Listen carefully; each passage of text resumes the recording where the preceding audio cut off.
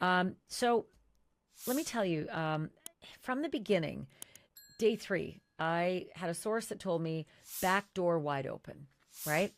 And a lot of other stuff too. But let's just focus on that for now because that's the information I'm getting more on today. And Savannah Guthrie gave an interview to Hodokopy on the Today Show and said her sister was on the phone with her, and Savannah's in New York, saying his mom's missing. And the back doors were propped open. That's how Savannah worded it. And it seemed like maybe it was a misstatement. Nope. She said it 2 different times in the interview. Back doors propped open. Well, this sounded very different than the source that I had. Back door wide open on day 3. I've had 2 subsequent law enforcement sources since that have confirmed back door wide open. So I started thinking, and Gray Hughes has been very helpful in navigating the back of the house to determine that there are 3 back doors. Originally, I thought there were only 2 because you can't see one of them. It's real hard to see it. It's like perpendicular to the length of the house because the back patio kind of juts out towards you if you're standing in the backyard and then continues. And that door is perpendicular to the length of the house. And so I've learned that there are 2 doors on that back door to the left of the patio sofa, the one you can't see. It enters the kitchen. That door goes into the kitchen, and there are 2 doors. One is the screen door, and one is the inside door. And those were the doors, plural, that were left open. So when Savannah says the back doors were propped open, it's 1 entrance, but 2 doors. I had guessed that that might be what had happened, that one of the doors had a screen door or a storm door, but I didn't know which one. And it is not the one to the right of the sofa on the outdoor back patio, because there's a lovely bluish door, to the right. No screen door that we could see there. Maybe it's on the inside. I don't know. But the entryway that was left open was that one that goes in the kitchen to the left of the back patio sofa when you're looking at the back. So that's one big earth-shattering piece of information that I was able to determine after talking to several sources in law enforcement. Another detail that really floored me was that the perpetrator used Nancy's flower pots to do this. He took her beautiful flower pots that I can only imagine she spent time nurturing and making beautiful for her back patio, and he used them for his evil fucking plot. He took her beautiful flower pots and he propped open that screen door. Remember, I also told you that my sources in law enforcement told me that the Guthrie kids had told them in law enforcement that their mom rarely locked her back doors. This might have been one of the ones that was unlocked. And he opened that screen door and he propped it open with a flower pot. I'm not able to tell you if that inner door also had a flower pot. It is possible that door just stays open, right? Because it's a heavier door. And in one of the photographs, you can see it behind Savannah as she's playing guitar in her kitchen, and Annie's off to her left at the kitchen window, the kitchen sink. That kitchen sink and window is sort of just overlooking, what would be the flower pots. It's just so frustrating to think that filthy, vile beast deflowered that kitchen, that entrance, that family home. That he did. My sources say that's where he got his entry. But that's not the only thing that he did. He also took Nancy's beautiful flower pots and he propped open the back gate. The area that you can enter the backyard. If you're looking at her garage, the back gate would be to the right of the garage, in between the casita, the guest house, and Nancy's garage. That's how he got in to the back. And he propped open the back gate with, again, Nancy. For weeks. investigators searched for answers in the disappearance of Nancy Guthrie. Detectives examined evidence, interviewed neighbors, and reviewed surveillance footage from surrounding homes. Yet one question remained at the center of the investigation. How did the kidnapper get inside Nancy Guthrie's home without anyone noticing? That question finally took a dramatic turn when journalist Ashley Banfield spoke publicly about the case. During a televised segment, she revealed information that immediately caught the attention of investigators and viewers across the country. According to Ashley Banfield, the key to understanding the case was not what happened after the incident, but what happened in the first few minutes. She explained that in many home intrusion cases, entry points are often misunderstood. People assume doors are forced open or windows are broken, but experienced investigators know that entry can occur in quieter, less obvious ways. That statement changed the direction of the investigation. Ashley Banfield pointed out that there were no clear signs of forced entry at Nancy's home. Locks were intact, windows were undamaged, and security systems had not been triggered. To her, this detail suggested that the person who entered the house either had knowledge of the property or used a method that allowed them to move inside without drawing attention. Her analysis immediately sparked renewed interest in the home itself. Investigators began re-examining every entrance, front door, back door, garage, and windows, searching for subtle signs that might explain how the intruder gained access. Even small details, like door alignment or latch position, suddenly became important. For the first time since the investigation began, there was a new focus. Ashley Banfield's message was simple but powerful. The truth about this case might begin with the way the kidnapper entered the home. That revelation would soon lead investigators to recheck a specific part of the property, a place that had been overlooked from the very beginning. And to stay updated on every development in this case, like and subscribe to Dark Case File True Crime, where every detail matters. After Ashley Banfield highlighted the importance of the entry point, investigators returned to Nancy Guthrie's home with a new sense of urgency. Instead of searching broadly, they focused on one specific area that had not received enough attention during the early stages of the investigation: the back door. According to Ashley Banfield's analysis, this entrance was critical because it offered privacy from the street and limited visibility from neighbors. It was also used frequently by Nancy herself, making it a logical place for someone familiar with the property to attempt entry. When investigators re-examined the door, they noticed something subtle but important. The lock showed no signs of damage, yet the alignment of the latch appeared slightly off. To most people, this detail would have seemed insignificant, but to experienced investigators, even a small shift in position can indicate repeated use or tampering. Ashley Banfield explained that criminals sometimes test doors quietly before an incident. They may check whether the latch fully engages or whether the door can be opened with minimal effort. If the mechanism is loose or worn, it can allow entry without force. That possibility changed the investigation immediately. Officers carefully inspected the door frame, hinges, and handle. They measured the spacing between the latch and the strike plate and examined whether the door could be opened without triggering an alarm. Their goal was to determine whether the intruder had discovered a weakness in the entry system. Then investigators made a discovery that raised new questions. The door could be opened from the outside with very little pressure when the latch was not fully secured. This meant that if the door had been closed but not properly locked, someone could have entered the house quietly and quickly. Ashley Banfield later described this finding as a potential turning point. It suggested that the kidnapper may not have forced entry at all. Instead, the person may have simply walked in. That realization led investigators to ask a new question, one that would shape the next stage of the case. Was the door accidentally left unsecured, or had someone deliberately taken advantage of the weakness? The answer, Ashley Banfield said, could reveal exactly how the kidnapper entered Nancy Guthrie's home. And to stay informed on every major development in this investigation, like and subscribe to Dark Case File True Crime, where every clue counts. His evil. What's so fascinating about this is why. Why'd you prop him open? What was the reason that you needed those things to stay open? The back gate and her back kitchen doors, screen door and heavy door. Why did you need them to stay open? Scumbag? What was your plan? What was your sick, twisted fucking plan?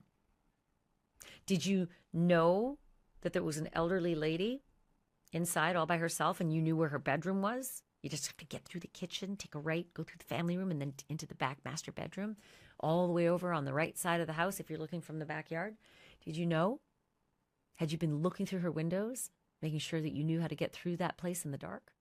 Is that what you were doing? Did you think, maybe there is somebody in there, so I better have a fast exit? Because I'll tell you something. Lindsay, my producer, and I, we went back in time to look at other sick, twisted criminals who break into people's homes at night. And if you look back at the Golden State Killer, James D'Angelo, right? Joseph James D'Angelo, he had a habit of leaving doors and windows open. So he would have a rapid escape route if something went sideways while he was doing his dastardly deeds inside. He had pre-planned it too, because apparently he used to stalk his victims beforehand. Actually, we knew that from the trial. We knew that he would stalk his victims in advance. And there's talk that this guy did too, right? Because even though Sheriff Nano says, I don't know that we can really trust that the picture of the perpetrator without his backpack and without his gun, we can really trust that that's from a different night. Well, Fox Digital, Michael Ruiz, has 2 law enforcement sources who said it's from the 11th of January, 2 weeks before Nancy went missing. So this guy was stalking Nancy and stalking the house and finding where the back door was unlocked and finding where the spotlights needed to be knocked off, and smashed, right? Because we saw them hanging there. We saw those spotlights dangling by the other back door that goes into the garage or to a storage room. We're not sure what's inside that door, but it's not necessarily the house. Maybe he took those lights out 2 weeks early, knowing I'm coming this way. I'm going to prop that door open. I'm going to come in this way through the back gate. I'm going to prop that gate open. Those spotlights won't be on anymore because I busted them early. And I'm going to go over, and those doors are often left unlocked. According to the children, Nancy would leave her back doors unlocked, oftentimes. And then maybe he had done enough stalking to know how to get through that house to his victim. But then what? This is what's so confounding. So then why did you go up the front walk and right up to the front door and disable that camera if you weren't planning to use that door? And eventually you did use that door, because we know that Nancy's blood, according to my source, starts in the front foyer of her house inside, those blood droplets. And my law enforcement sources say they then continue over the threshold and out the front door. And then we've all seen Brian Enton's video and Michael Ruiz's video of the blood droplets on the outside entrance, those tiles, going down the front walk, stopping at the driveway, presumably where he loaded her into a vehicle. So there's a lot of things I've been trying to think through, right? A lot of things I've been trying to figure out. Did he plan to make Nancy walk at gunpoint out that back kitchen door and then out through the propped open screen door, kitchen door, and propped open gate, and then maybe down the long dark driveway to where he parked in the dark, avoiding the cameras of her house, right? She's got a camera at her garage. She's got a camera going out the front, obviously the doorbell cam. But then did he think, oh dear, I didn't plan for this. Mrs. Guthrie can't walk that far. Because Savannah's now told us that on a good day her mom could get to the mailbox, but there weren't many days like that, she said. So maybe this guy didn't count on Mrs. Guthrie not being able to walk as far as he had planned to walk her. And so now he's got to change his plan. Now he's got to go out the front door with her, right? But we also know that it appears it was at 1:47 a.m. that he got to that front doorbell cam because the sheriff... As investigators focused on the back door, Ashley Banfield continued digging into another critical piece of the puzzle: security footage from homes near Nancy Guthrie's property. According to her report, the video evidence can provide the missing link that explained exactly how the kidnapper entered the house. The footage had been reviewed before, but now it was being examined with a new purpose: Investigators were no longer just looking for suspicious movement. They were specifically searching for behavior that matched the theory Ashley Banfield had described. Someone approaching the home quietly, testing the door, and entering without force. That shift in focus made all the difference. According to Ashley Banfield, one clip from a nearby camera captured a person walking toward the side of the house at an unusual hour. The individual did not run or rush. Instead, the movement appeared calm and deliberate, as if the person already knew where they were going. That detail immediately caught investigators' attention. The video showed the person pausing briefly near the back entrance before disappearing from view. There was no visible struggle, no sudden movement, and no sign of forced entry. To investigators, this behavior strongly suggested that the door had been opened smoothly. Ashley Banfield explained that experienced offenders often rely on familiarity and patience rather than force. They move carefully, avoid drawing attention, and take advantage of small vulnerabilities in a home's security. That explanation matched what investigators were seeing in the footage. The timing of the video also aligned closely with the estimated moment Nancy Guthrie was last known to be inside the house. This connection strengthened the belief that the back door had been the point of entry. For investigators, the evidence was becoming clearer. The kidnapper had not broken in. The person had likely entered quietly, using knowledge of the property and the weakness in the door's latch to gain access without raising suspicion. Ashley Banfield later described the discovery as one of the most important developments in the case. It showed not just how the intruder entered the home, but how carefully the plan had been carried out. That realization pushed investigators to take the next step, determine whether the individual had been watching the house before entering. As investigators continued reviewing the security footage, Ashley Banfield made another critical observation that shifted the investigation once again. She explained that the key to understanding how the kidnapper entered Nancy Guthrie's home was not just the moment of entry, it was what happened in the days leading up to it. According to her analysis, the footage revealed a pattern. Investigators began looking at recordings from several days before Nancy's disappearance. At first, nothing seemed unusual. Cars passed by, neighbors walked their pets, and deliveries were made as usual. But when analysts slowed down the video and compared different days, they noticed something that immediately stood out. The same individual appeared near the property more than once. Ashley Banfield explained that this type of behavior often indicates preparation.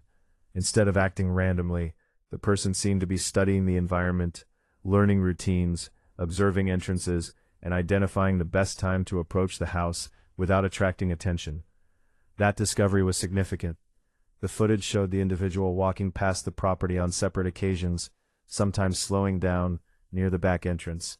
On one day, the person paused briefly near the side yard before continuing down the street. On another day, the individual appeared to glance toward the back door area. To investigators, these actions suggested planning rather than coincidence. Ashley Banfield told viewers that offenders often conduct quiet surveillance before attempting entry. They watch for patterns, notice when lights are turned off, and determine when the home is most vulnerable. That behavior matched what investigators were now seeing in the recordings. The realization changed the tone of the investigation. This was no longer seen as a spontaneous incident. Instead, it appeared to involve careful preparation and knowledge of the property. For investigators, the next question became even more important. How did the individual know so much about the house, and what connection did they have to Nancy Guthrie's routine? Ashley Banfield believed the answer could reveal the final piece of the puzzle. By the time investigators reached this stage of the case, Ashley Banfield believed the mystery of how the kidnapper entered Nancy Guthrie's home was finally becoming clear. The surveillance pattern showed preparation, and the backdoor inspection revealed a weakness in the latch. Now, experts were ready to explain the exact method that may have been used.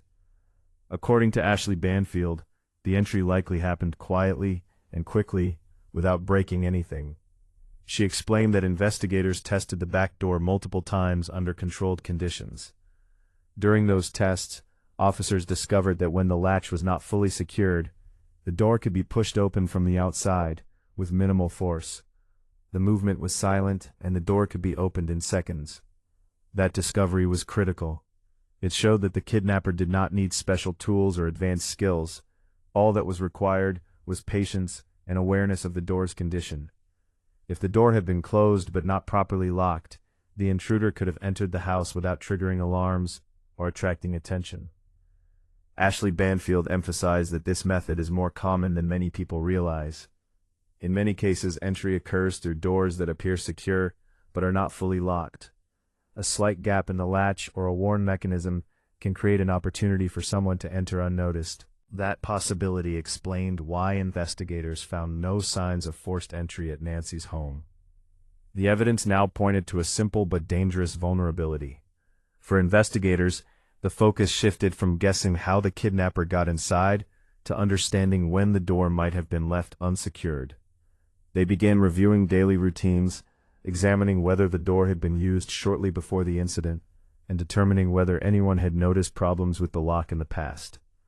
Ashley Banfield described this moment as the turning point in the investigation. The mystery was no longer about breaking in, it was about walking in. That realization brought investigators closer than ever to understanding exactly how the incident unfolded. By the time the investigation reached its final stage, Ashley Banfield made one last statement that tied everything together. After reviewing the surveillance footage, examining the back door, and analyzing the timeline, investigators finally understood the exact sequence of events that explained how the kidnapper entered Nancy Guthrie's home. According to Ashley Banfield, the answer was not complicated, but it was precise. She explained that the intruder had likely approached the house during a quiet moment when the neighborhood was calm and activity was low. The person moved directly toward the back entrance, avoiding the front of the property where visibility was higher.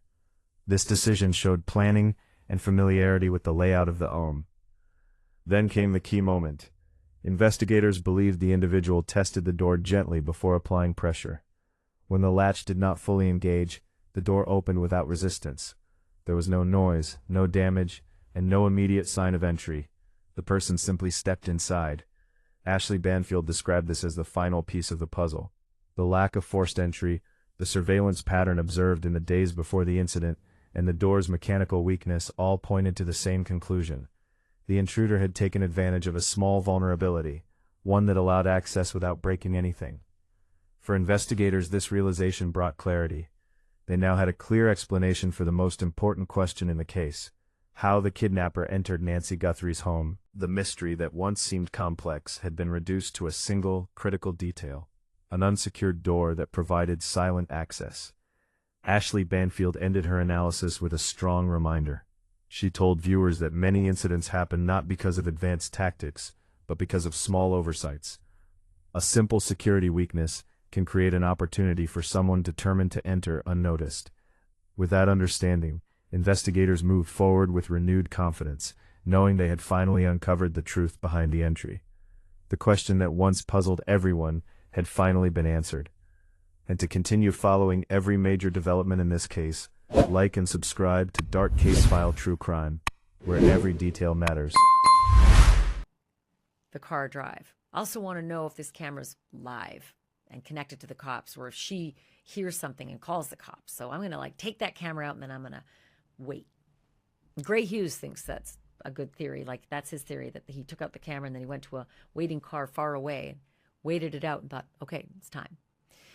At 2:12 a.m., here's another tip.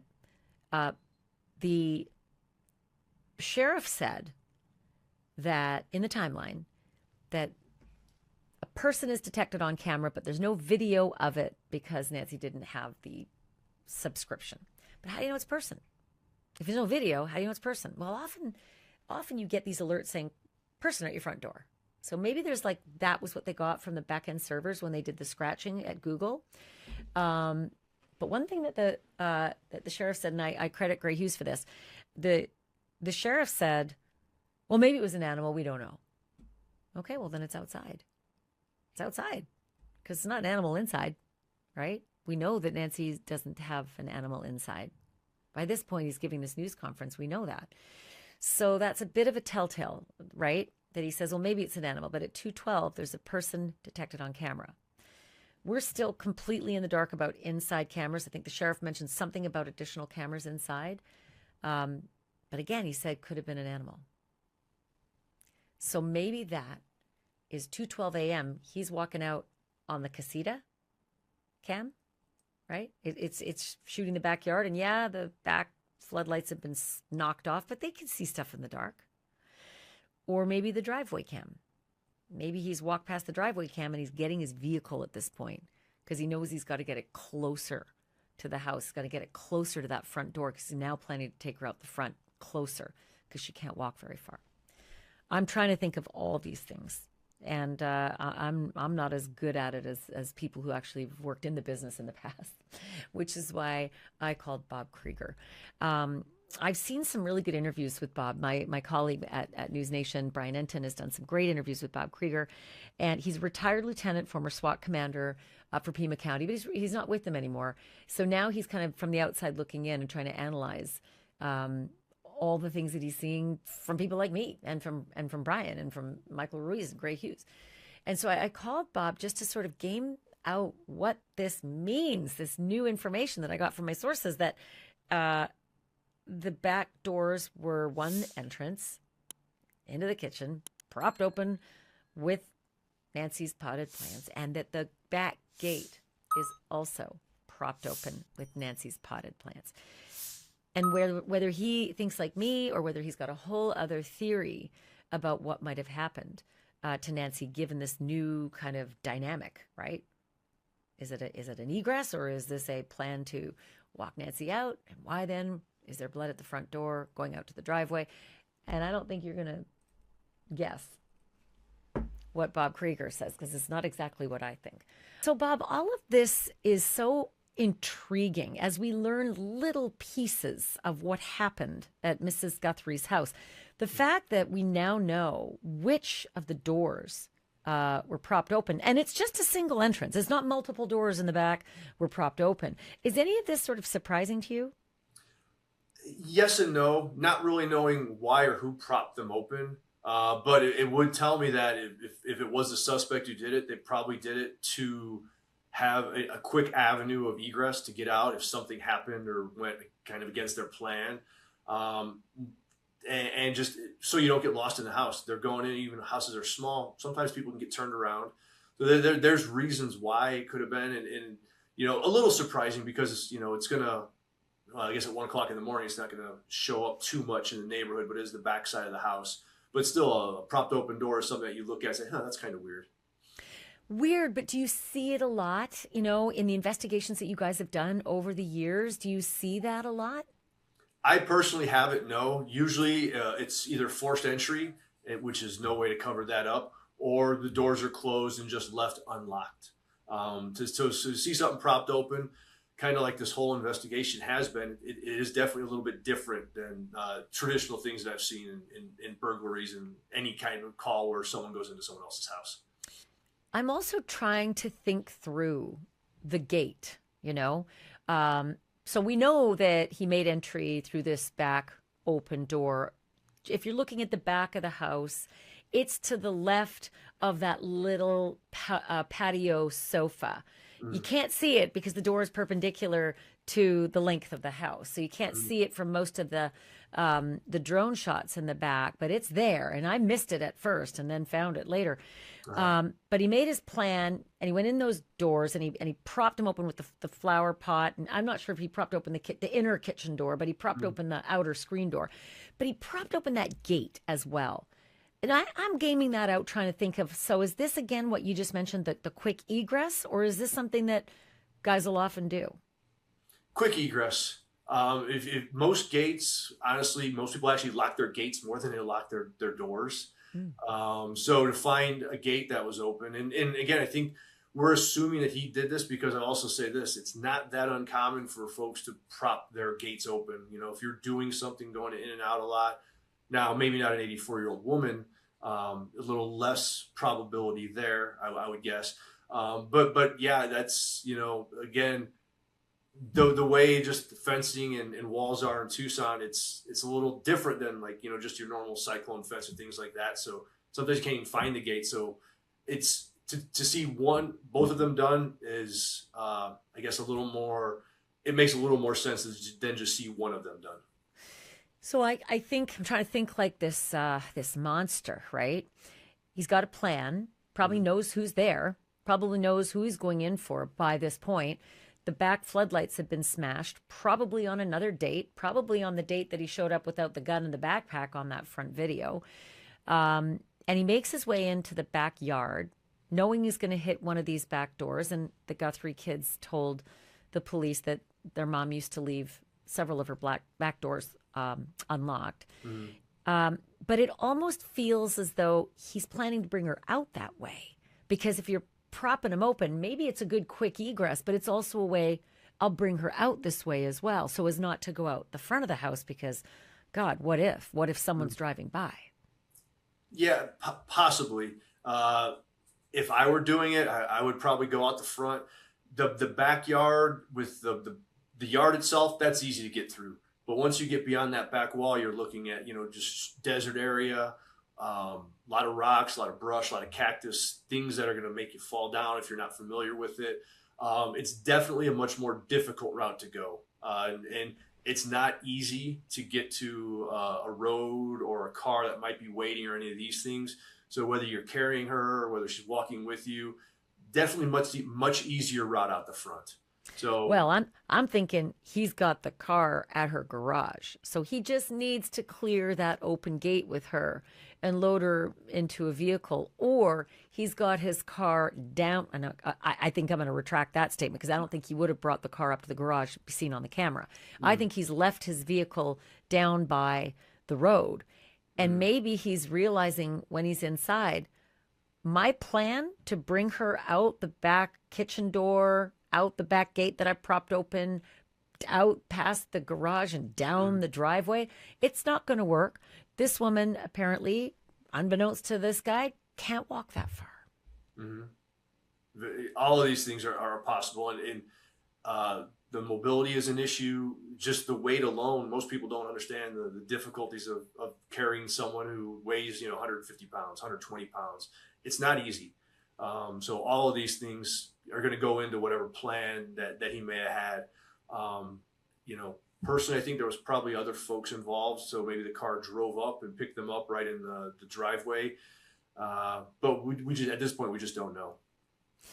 Yeah, I'm wondering. I'm not so sure about a second perp. I don't know. I feel like there's no honor among thieves, and there's $1.2 million at stake right now. So who knows? But I wonder if of course, the idea to give yourself a quick exit and run and get to your car would be a reason you'd leave those propped open, but also would be a reason I can just walk this woman at gunpoint. I don't have to carry anybody. But lo and behold, no, you can't. You can't walk her at gunpoint because Savannah let us know on a good day she could make it to the mailbox, but most days, no. So thinking like a thief, if you're back on the force, how are you now gaming how everything went down inside that house? Probably not according to plan, because whatever that plan is, things I think clearly didn't go, excuse me, a way they were planning those to. However, they decided to take her out of the house was that way. There's so many different options. I personally still think it was the front door, and probably just hopefully walking, but again, if someone's walking, they're probably making noise. There's so many variables that go into it. It's also, if he was doing everything via the back, why did he go to the front and dismantle that camera? Because that sort of throws all of these theories off. Gaming what happened inside, given everything's propped open, but he's still taken out the front doorbell cam. So given all that, what are your thoughts? Something happened probably that he couldn't walk her out. Like we've all said, Savannah said that she couldn't walk, except on a good day to the mailbox. You're woken up at 1 o'clock in the morning, whatever time it was. I think that was an unplanned for event. And the easiest way was quick out the front door to a car that was probably waiting or came up to pick them up. Let me ask you something. If he's made his way in the back, he's propped open the gate, he's propped open the kitchen door, maybe for his fast egress, but also maybe because that's his plan to get Nancy out, and then he realizes it can't. So now he's thinking, my car's too far away. but it could be close, and I could get her to the end of the front walkway, which we know is where she walked out, given the blood drops in the front foyer, over the threshold, as my sources have told me, of the front door, out on the front entrance tiles, and then down the walkway where it stops. Do you think that he restrained Nancy in some way so that he could run back out and get that car and bring it closer? I think she was probably restrained inside in some manner. But this is where I go back to, I don't think one person could have done this. That's too much going on to restrain, to try and stay here while I go get the car. Again, I know nothing about it. That's just a gut instinct more than anything else. If he did do that, it would have been difficult because, the driveway is not huge, but it's still going to take some time, and you're putting a lot of I guess respect into risk into what you've done to leave her there to go try and get a car to bring it up. I was wondering if maybe being tied or restrained in some way may have caused the injuries on an 84-year-old woman's skin that might have bled. That might have been part of the reason she was bleeding at that front door.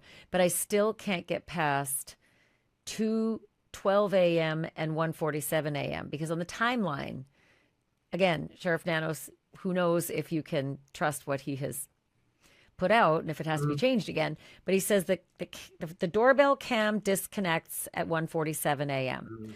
At 2:12 a.m., person is detected on the camera. There's no video available. But then he said in a news conference it could have been an animal, which means an outdoor camera, right? It's not going to be an animal inside. Probably not. Yeah. So knowing that, I'm trying to figure out if the doorbell cam disconnects, that's probably the front. That's probably when he's first arrived. He's still got the backpack on and he's disconnecting it. But why? Why, if his plan was to go in the back and prop open those doors? That's a good question. If I had been doing that, the first thing I'd done was destroyed that camera, ripped it right off the wall. Even if I was planning on using the back door, because that's just another piece of evidence that is going to be brought back to me, like it essentially has. But even if you were doing that with the back door, my thought process is, all right, it's just a way to stay off of more video. You're going to want to remove all video cameras as quickly as possible if you're going through this scenario. At least I would want to. Is it possible that he showed up, left his car out on the road, walked up that horrible moment where we saw him on cameras at 1:47. He manhandles it. And eventually, I believe he took the vines and pried the camera off. But, another source said the cameras were smashed off. There's glass shards that were witnessed down below by Michael Ruiz of Fox Digital. And then he went back to his vehicle to bring that vehicle in because now it can't be seen on that front doorbell cam, and then planned to go in through the back. But still, it's weird that he wouldn't come out with her out that back way. He chose to go out the front. And going back to the car issue, in that neighborhood, I don't know if you've been there or not, but in most neighborhoods in Tucson, the car is going to stick out like a sore thumb on the street, more so than in a driveway. Even if it pulls in and turns its lights off at 1 o'clock in the morning, people will notice it way more parked on the street just because of the dynamic of a neighborhood like that. So, again, a lot of different theories and where it parks and how it parks and, angles of view of the cameras. I can't imagine he did a lot of studying on what type of camera it was to see, what your field of view is, to perfectly park it outside of view. Well, you've got the pillars on the side that are blocking views and things like that. So it's not a rocket scientist to park it out of view if you need to. I think you're right. I think you could pull in Nancy's driveway, if you're staring at the front of the house, her right-hand driveway, not the left-hand driveway, the right-hand driveway that would take you to the garage if you want to go there, but don't drive all the way to the garage and don't drive all the way to the front door. I think there's a sweet spot in there that he could have put a vehicle and stayed off of all cameras. And maybe that I think this guy had seen it. I think he had staked out that house.